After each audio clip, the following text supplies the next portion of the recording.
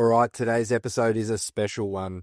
We sat down with Lauren Meisner, founder of Centennial World, someone who's been living and breathing internet culture before most brands even realize it mattered. We get into how she built a media company around the creator economy, what brands still get completely wrong about authenticity, and why being chronically online might actually be a competitive advantage right now. If you work in social marketing or you're trying to build something online, this one will hit. This podcast is brought to you by Scared Social.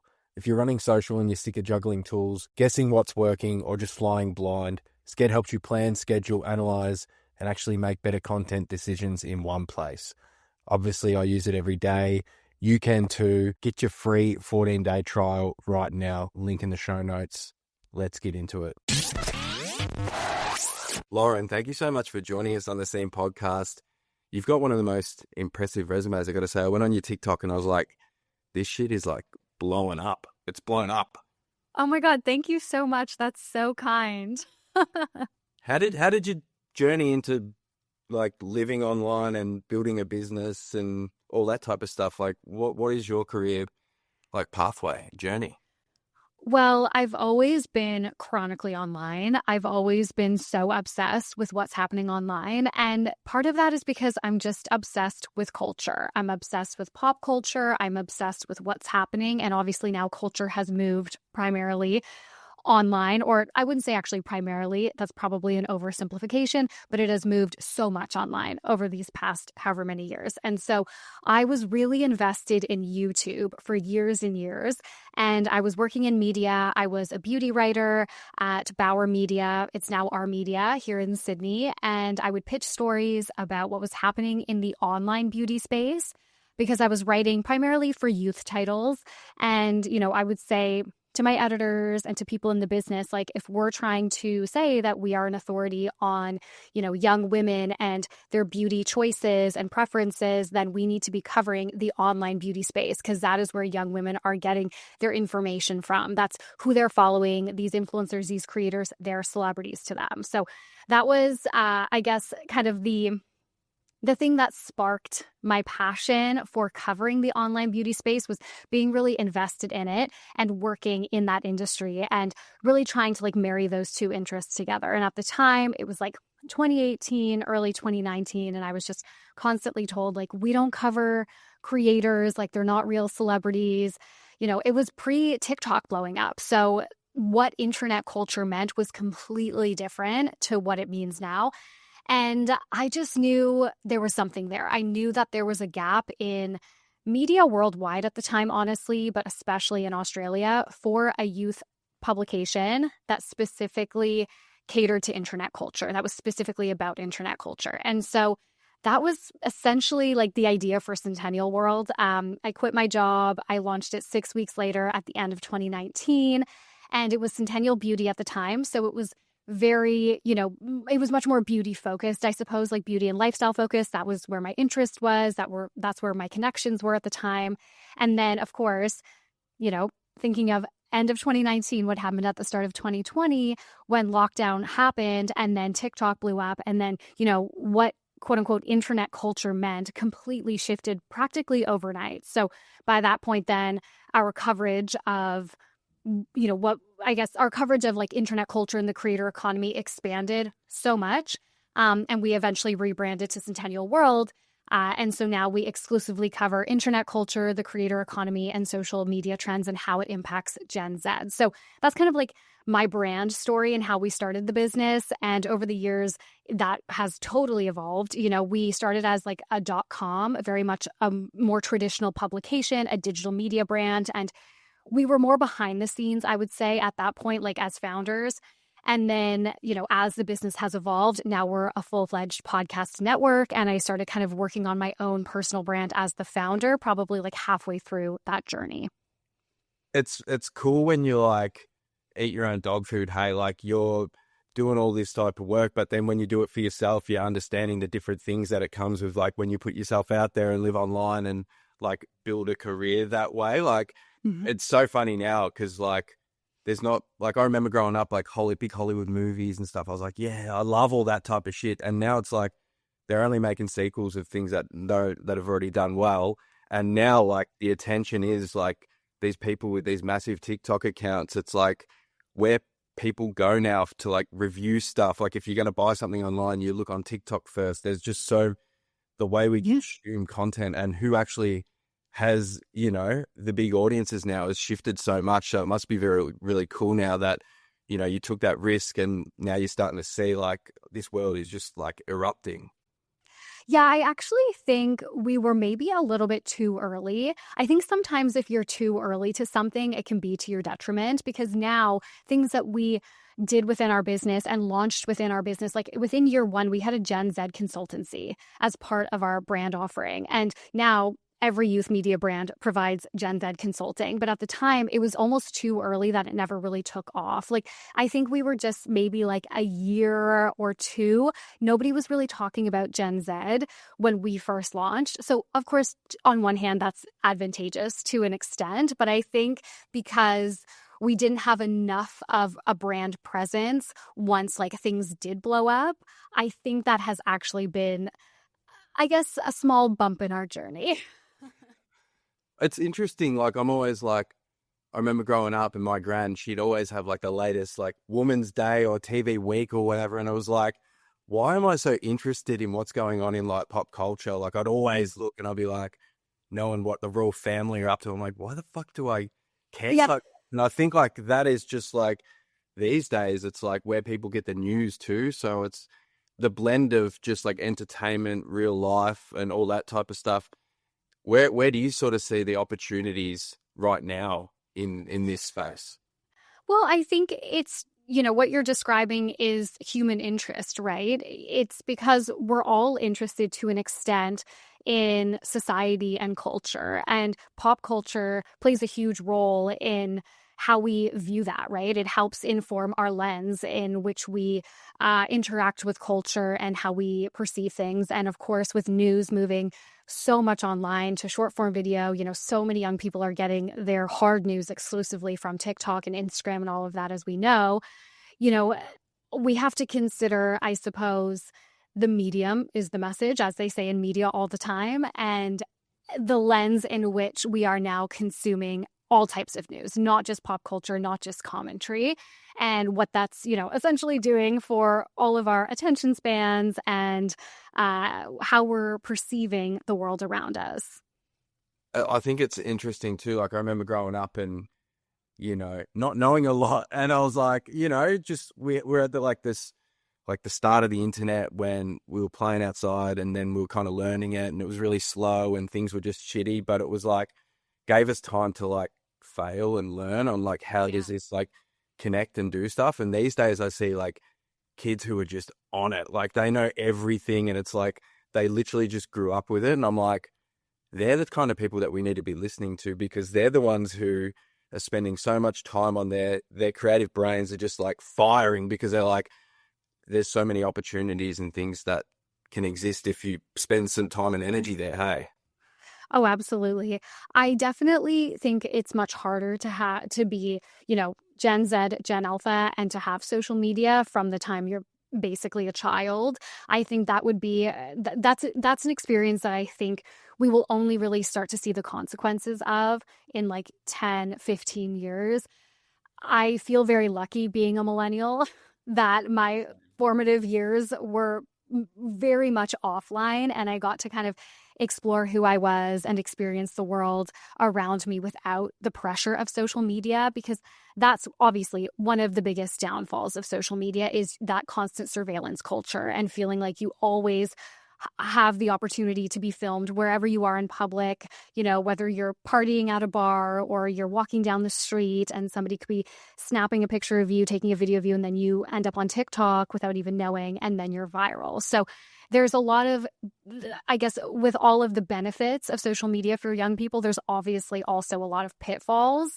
But there is so much opportunity out there. And I mean, we have seen careers that didn't even exist like 5 years ago. And now they're the biggest thing that you could ever do. What do you think about like creators going on like reality shows and things like that? Because like I'm unashamedly deeply obsessed with maths at the moment and all the commentary around it and just like why am I watching Daily Mail Australia like breakdown week by week Yeah. is characters and things. And I'm like, are these people going on expecting to like boost their profile?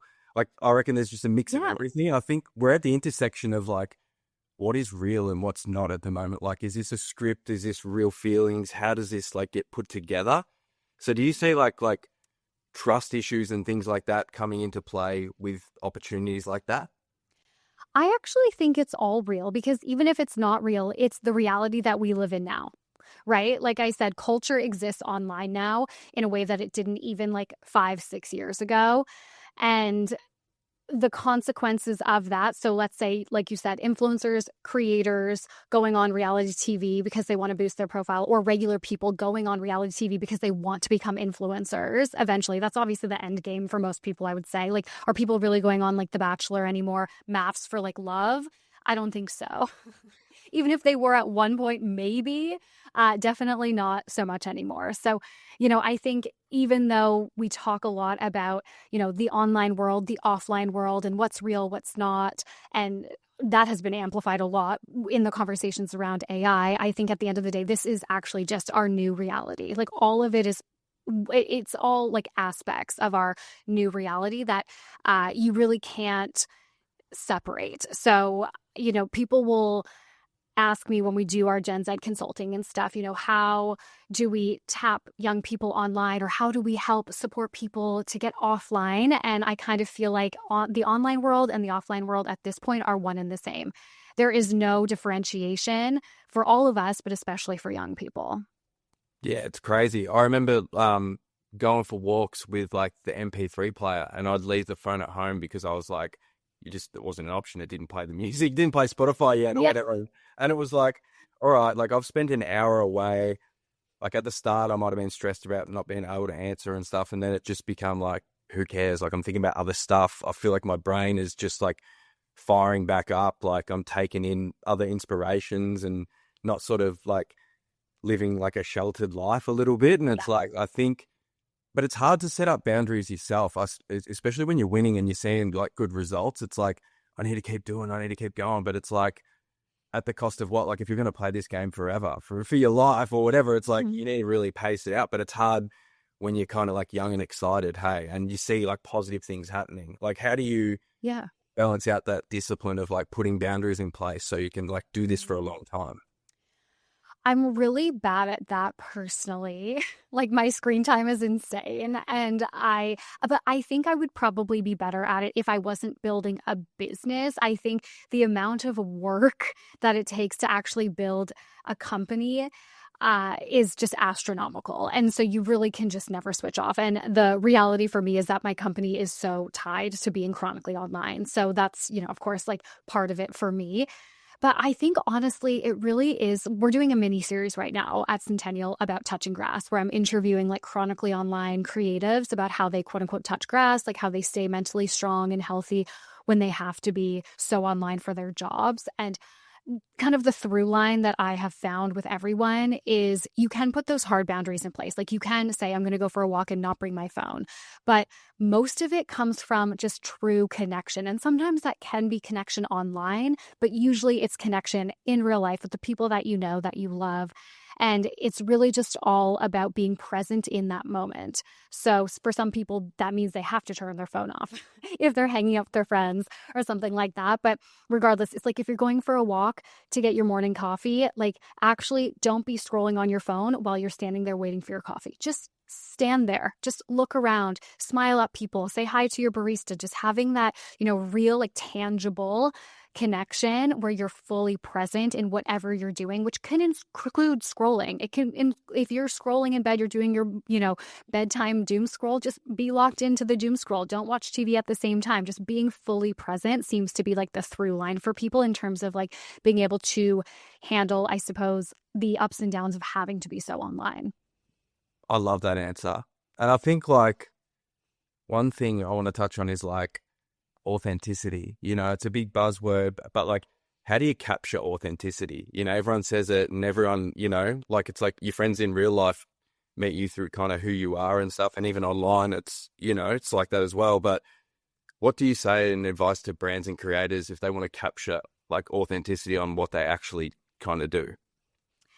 I I think I have a couple approaches. The first is I'm a really big believer in if you don't know what type of content creator, you don't know what's going to resonate with your audience, and you don't know how to show up authentically, instead of attempting to create content, document. So document over create. So document, if you're a founder, let's say, right, like document your day, your workflow, your processes, instead of trying to create like, okay, I'm going to create this mini series where I share these tips, XYZ. Let that go.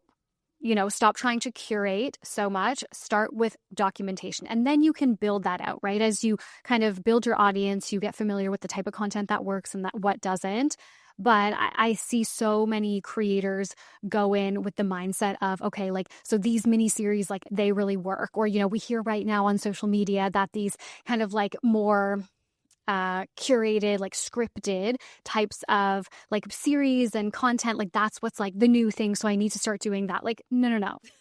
If you are really trying to authentically build an audience and it's something that's from scratch, especially, document first. I think that's the easiest way to start like testing things, and also be open to testing. Try a bunch of different types of content and figure out what sticks and what you feel the most comfortable doing as well. Because just because something's trending, let's say like vlog voiceovers are trending right now, but if your voiceover is really unnatural and that doesn't feel good for you, then try something else. Test a bunch of different things. And the other thing that actually does go back to what I just said about like being like touching grass, essentially, is being completely present in what you're doing. That's something that actually Ben Lee, who I just interviewed on the pod and we spoke about offline before, he was saying to me in our interview, he said, the thing about me is that like whatever I'm doing, I'm fully present in it. So like when I am on the podcast, there's no like wink, wink, nudge, nudge to my audience that like I'm a musician and I'm like trying to sell you tickets to my next tour. I'm trying to promote my next single. I'm not like, that's not what I'm there for. I'm there to talk about the pop culture topics at hand or whatever we're talking about on the podcast that day or interview this person. Like I'm fully present in what I'm doing now. There's no agenda around it. So I think that really comes across, especially online, if you are there for your audience presently to show up and provide them value versus if you are trying to self-promote. And people can see it from a mile away, hey? And it's just like, I love those people that are like, doing what they love. And you can tell, like, even when they're super busy and got a lot of stuff on, like, they're with you, they're looking you in the eyes, they're asking you questions, they're curious, and you just walk away like their biggest fan, because it's just like, how well did they treat you? And it's like, oh, like they must be a dream to work with, or it just that like that brand and the way people speak about you just gets amplified. And like, I think people respect that. Hey, and then that kind of word travels around, and then reputations are built. Totally. Things like that. Hey? Totally. And they've made you feel special, right? And people love that. Yeah. Yeah, I love that. Honestly, it's like the best way ever. What about with like everything happening so fast? Like, how do you like spot cultural shifts? Like I'm sure you connected with people as well who are just like looking at stuff and a part of other things. But like, how do you go about like spotting those like cultural shifts? I think it's an unsatisfying answer, but it is just being chronically online. I'm actually a huge advocate with our consulting clients.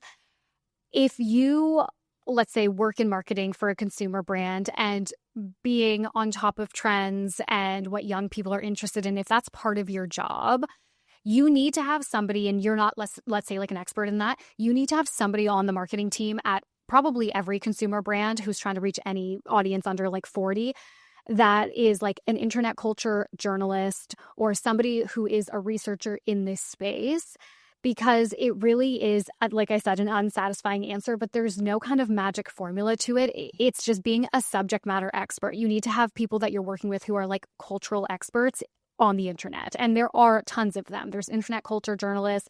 There's a lot of indies now too, like indie newsletters that you can follow, like internet culture newsletters and things like that. But it's like really kind of building up those resources. So for us, like we do a daily podcast where we're reporting on the 3 biggest stories on the internet every single day. A lot of that just comes from training my algorithm. And just when I start scrolling, my algorithm knows what the type of stuff I'm looking for. So I get served that now, which is great. But before that, it was understanding like which publications to follow, which independent journalists to follow, which newsletters to subscribe to, who to follow on like Twitter before everybody left Twitter, like just things like that, just staying in the know with that. And keeping up, I think, with platform updates has been really helpful as well. So let's say, YouTube released shorts, right? So it's like, okay, if they have announced a new feature on their blog, that means they're going to be pushing that out a lot. So it's like, okay, even if we're not necessarily posting on that feature yet, being like, okay, well, they're going to be putting a lot of emphasis behind this feature. So I need to spend a lot of time on this feature because then I will start to get a lot of information from this feature. So also kind of staying in the know with what the platforms are doing. I love that. And like, I think it's so important because they're the big wins when brands can listen and respond to internet culture. Like if there's certain comments or that they're tuning into and then they're turning that into content or assets or things that they can talk about. Like, I think that's when things can actually catch fire. Hey, it's not just like, Totally. I don't know. And like if companies they all want to be fun, like if they can embrace meme culture and have someone understand how that can translate into, different avenues. Are you starting to see like more people embracing this now, like with everything that's going on, or like that kind of risk and appetite to just be really culturally sharp? Yeah, I think so. I think brands over the past few years have seen how successful it can be when brands execute that type of content well, but it doesn't work for every brand. And I think I appreciate when a brand knows that about themselves. I think that's part of being authentic, right? Is you can't just jump on every trend. You can't just see that, Gen Z likes meme culture on TikTok. And when brands are like unhinged and creating like brain rot content for you, you have to understand if that works for your brand or if it doesn't, and how you're going to execute that well without it being cringe, because that's also a very big risk if you're trying to be like, hey kids, look, like we're in the know.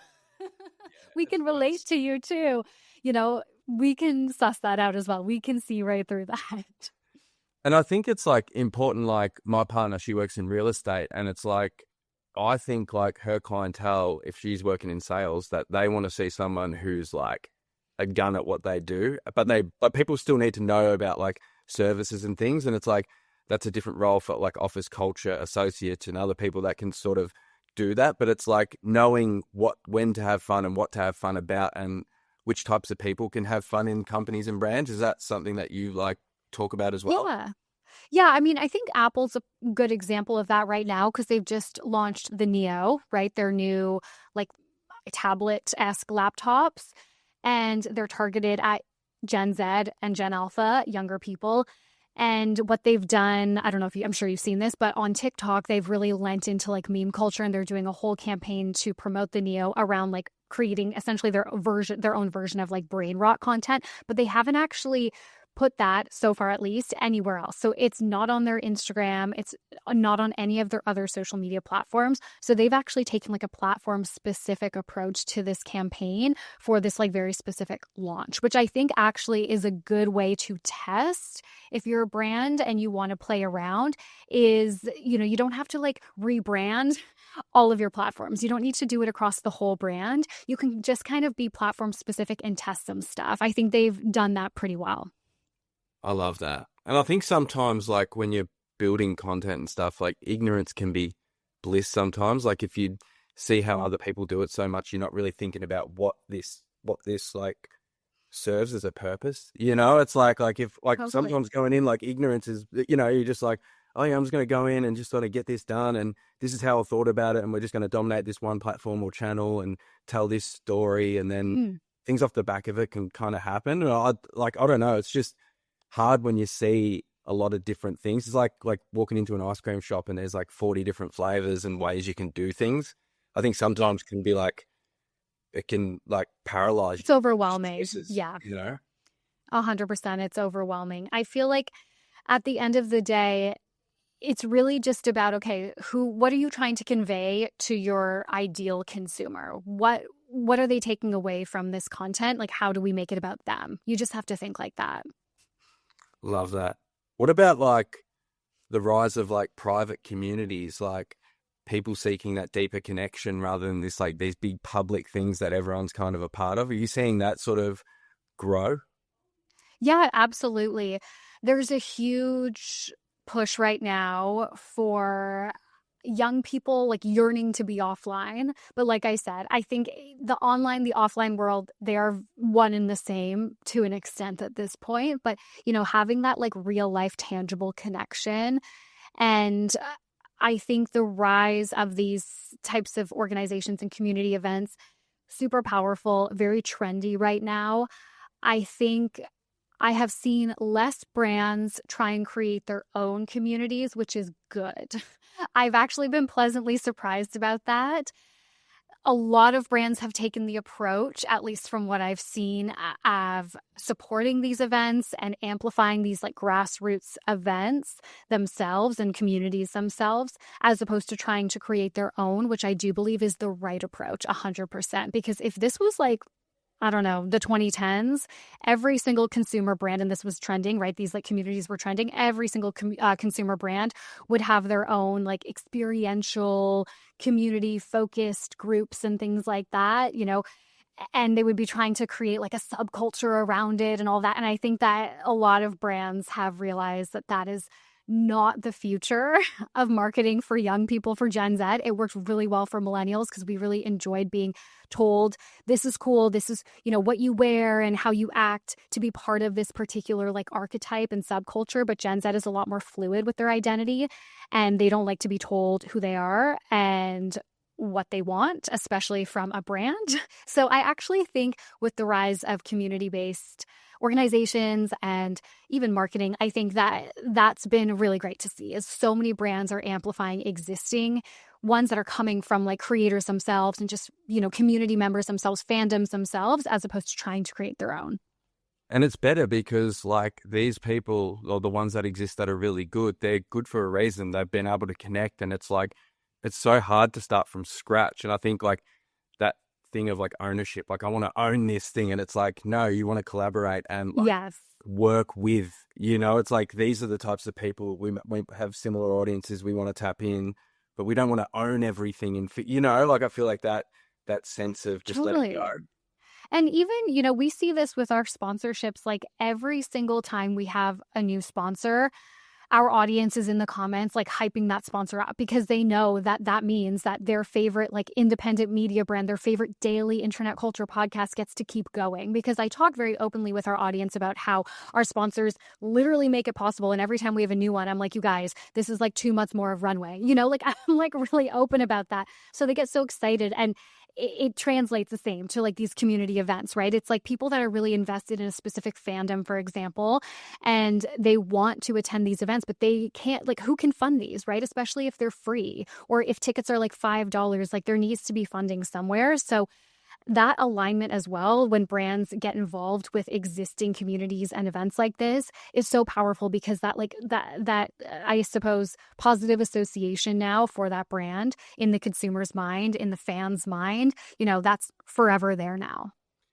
And I think like creators become these awesome ambassadors where it feels like they're just an extended part of the team, where it's like people love seeing like a friendship. They love seeing like, if they're hanging out outside of work kind of thing, it's like, all right, these people genuinely care about each other. Like those are the things that, I don't know, I think can really establish like long-term partnerships and different ways of working rather than these like, these like basic sort of templates and contracts and expectations and things, it's like there can be more value driven in different ways, and no one understands their audience better than creators. So brands letting go of that control too, and just like, they know how to speak to these people. Like, let's trust this and back this and find different ways to work together.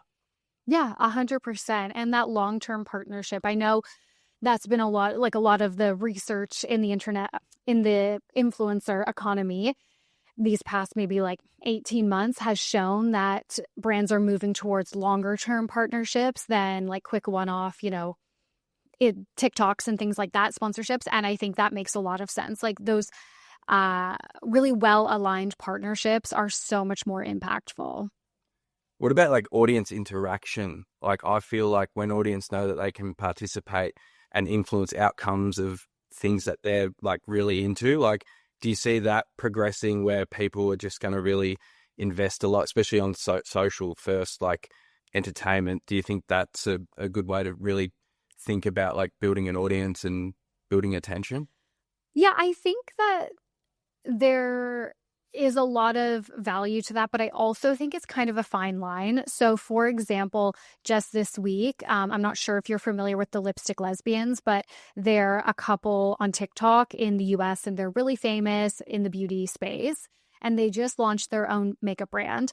And the concept behind it is that you are paying for lab samples. So it's called leaked labs, and you're paying for lab samples. And then you essentially try these lab samples as a product and you get to give them feedback. And then they decide like which products that they've launched and stuff, go to market, what they change about it so that when you buy it the next time, it's better and that kind of stuff.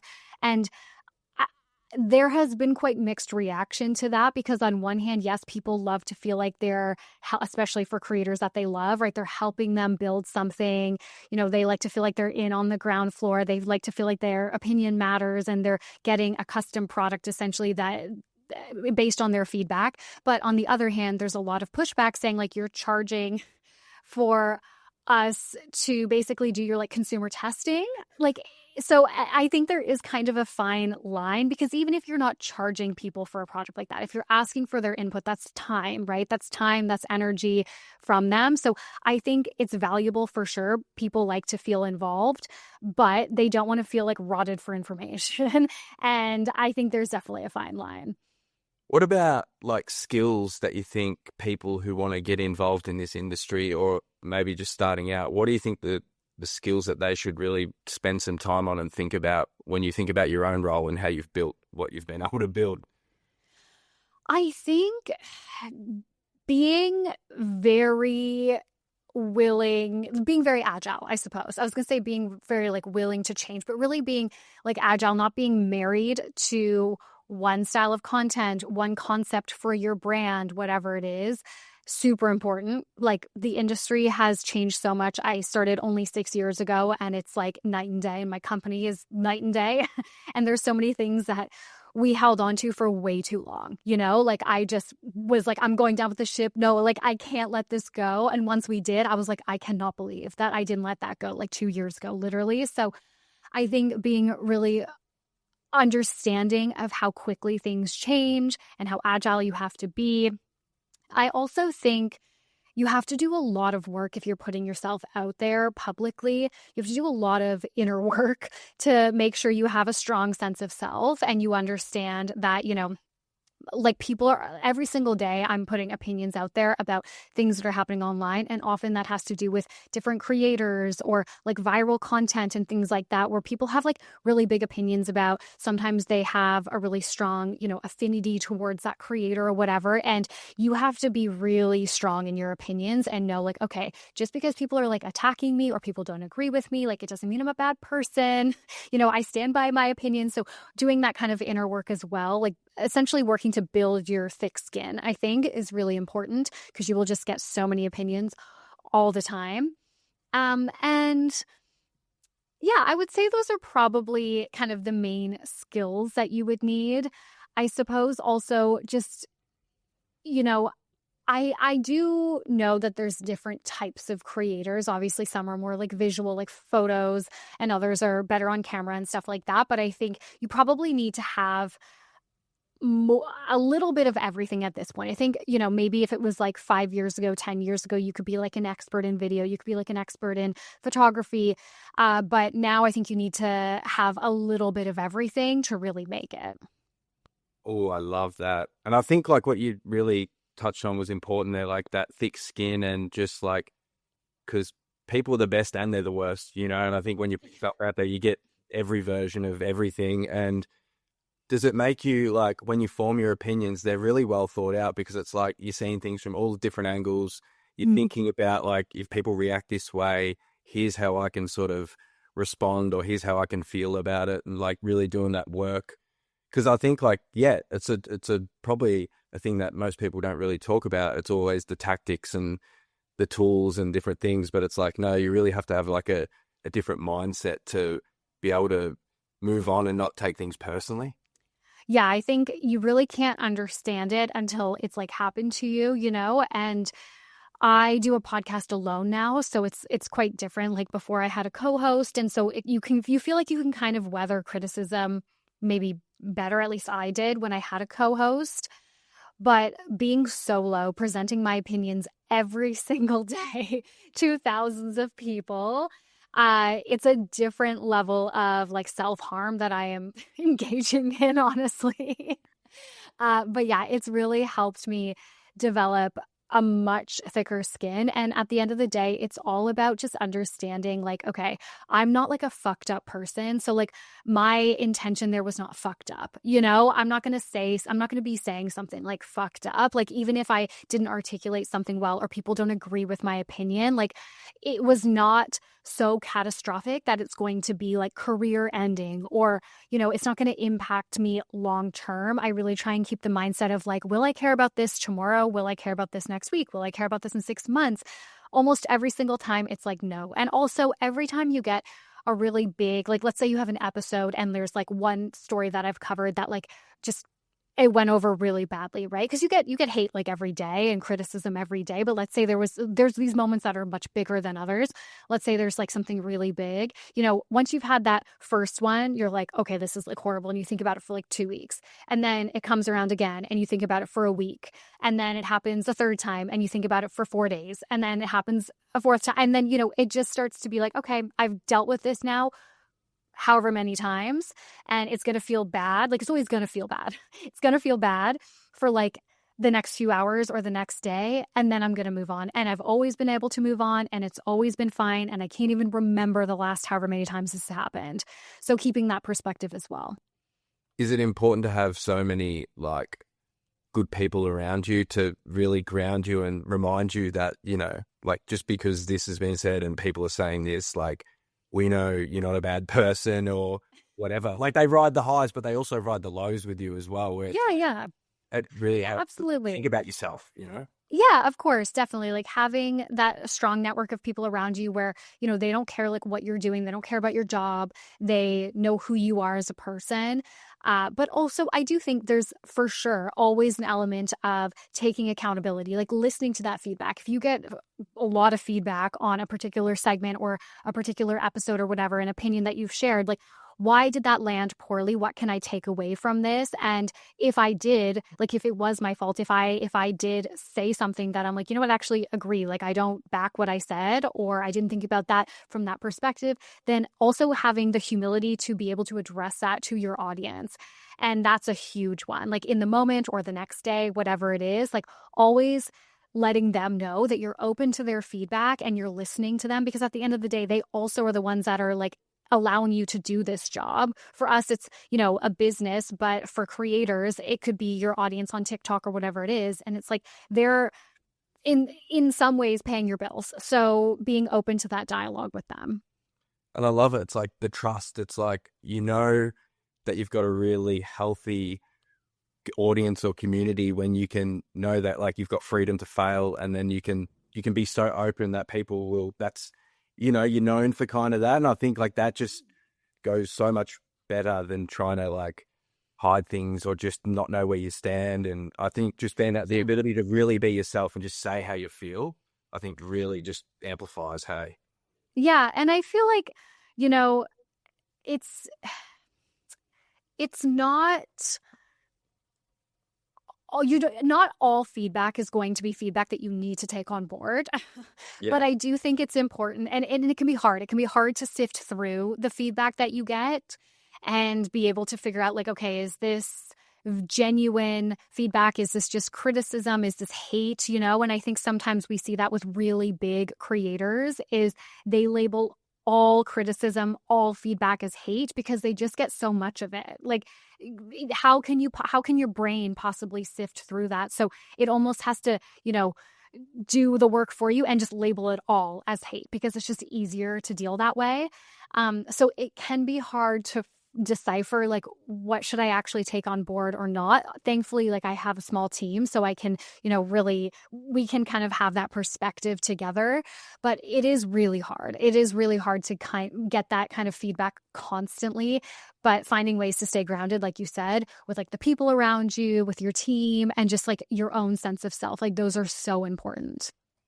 And I think like changing your mind, I think that's a really attractive quality, I think, because it lets people be really safe and open with their ideas that might be better or things that you might not have thought about. And then you can sort of add and extend to that will help. You know what I mean? Like it's Oh, just totally. good And quality to have. And you want to, it can be frustrating for sure. Sometimes I will think to myself, like, I am on this mic 5 days a week, sometimes more. Uh, it can feel frustrating when you think, like, why is my audience not giving me the benefit of the doubt? Like, they should know me so well by now. But then you have to remember, like, they actually don't know me. And, like, I don't know them. Like, it's like so parasocial to say, but, they actually don't know me and they can change their mind about me any second based on anything that I've said. And so, yeah, you have to keep that like that quality of humility and that, I guess, like that kind of bird's eye view, that perspective on like what your role is here, the responsibility that you hold, having a platform and speaking to thousands of people a day. And, you need to show grace for that as well. I love this. And I love this chat, honestly. Like this has been awesome. Can't wait to like share this one and get this bad boy out because so many good insights, and I reckon we got to get you on again at the end of the year. We'll just see how everything's going. But Lauren, thanks so much. We'll put all your stuff in the show notes so people can follow along. But I've loved this chat. Yeah, thanks so much. This was so fun.